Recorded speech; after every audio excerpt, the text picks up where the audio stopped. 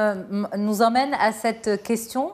Est-ce qu'un homme et une femme feront une crise de l'adolescence de la même manière, lapsus, pardon, une crise de la quarantaine de la même manière? Est-ce qu'elle se manifeste de la même manière chez l'homme et chez la femme?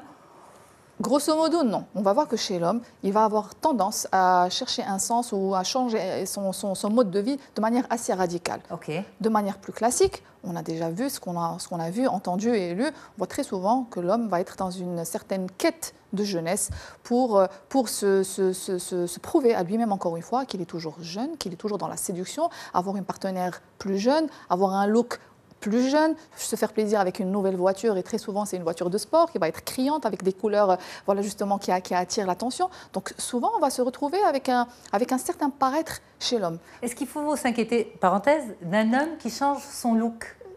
Bien sûr que non. Modérément, encore une fois. Donc voilà, très souvent on va remarquer que ça va commencer par des petites disputes avant justement d'essayer de trouver des astuces à l'extérieur pour se faire du bien, à savoir justement, comme je viens de vous dire, changer de look. Il va commencer à se disputer avec sa femme? Des petites disputes sur des futilités, ça peut prouver justement qu'il y a un certain mal-être, et on verra justement que la crise de la quarantaine peut masquer d'autres troubles, on le verra par la suite. D'accord, ok. Mais encore une fois, chez l'homme, on va voir qu'il va être beaucoup plus dans un rapport à la séduction pour essayer de se prouver à lui-même, justement, qu'il peut encore plaire, qu'il peut avoir encore une partenaire plus jeune. Ça peut être suite à des événements de vie mineurs ou majeurs. Mineurs comme avoir un peu de cheveux blancs, ou majeurs comme avoir un peu de cholestérol, prendre de l'âge, peut-être faire un infarctus à un moment. Et donc, il a un petit déclic qui fait qu'il va avoir un comportement assez adolescent.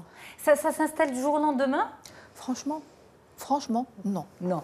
Il faut qu'on se le dise, non. Et on le verra aussi, c'est que justement quand on conduit une voiture, à un moment, on va avoir sur le tableau de bord des signaux des indicateurs qui vont s'allumer. On va avoir un signal par rapport à l'essence. Il faut que dans 50 km que vous fassiez le plein, ou par rapport à l'huile, etc., etc. Et à aucun moment, je peux me dire, de toute manière, c'est pas si important que ça de mettre de l'essence. C'est pas si important que ça, justement, de changer l'huile. Si, à un certain moment, la voiture s'arrête. C'est ce qui arrive. Et un entretien s'impose. Et un entretien avec soi, justement. Les signaux qu'on voit...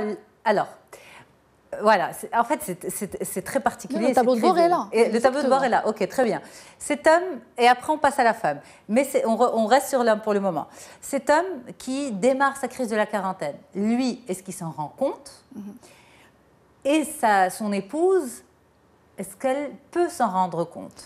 Très souvent, c'est madame qui s'en rend compte. Et très souvent, l'homme est dans un déni qui est tellement ancré en lui qu'il a du mal à avoir de la visibilité par rapport à ce qu'il vit.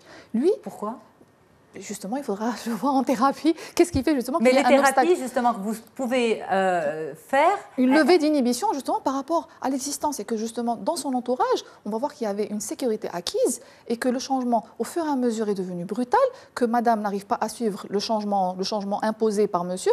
Si jamais le changement est aussi imposé pour madame, parce que très souvent, monsieur va peut-être quitter le lit conjugal. Très souvent, il va avoir... ce qu'on entend souvent, c'est il est très bien avec ses amis, il rigole beaucoup quand il est au téléphone, il est de bonne humeur quand il est à l'extérieur, et dès qu'il rentre, il a le visage qui est complètement fermé, donc pas de discussion avec moi, etc.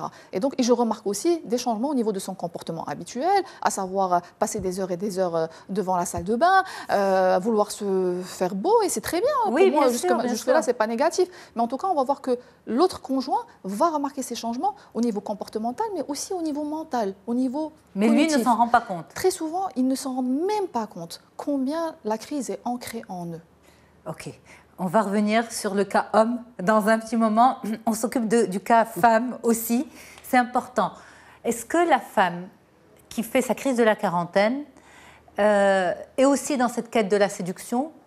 Ou en général, ça peut être ça? Ça peut être ça, ça peut être autre chose. Bon, c'est vrai que c'est influencé plus ou moins avec quand même tout ce qui est culturel. Hein. Une femme dans l'Occident n'est pas une femme au Maroc, n'est pas une femme au Japon. Hein. Donc, bien sûr, restons clair par rapport à notre selon culture. L'environnement, bon, c'est clair que la maman, on lui a appris dès son jeune âge qu'elle fait toujours des concessions par rapport à sa famille, par rapport à ses enfants et tout ça. Donc ça va être moins, disons, moins critique que par rapport à un homme. Mais bien sûr, l'envie de séduire, elle est là, on a fini avec les enfants, on a envie de reprendre sa vie d'avant, on a envie de reprendre certains rêves. Il y a des fois où aussi certaines femmes peuvent faire abandonner le travail pour passer à autre chose, hein, donc aussi.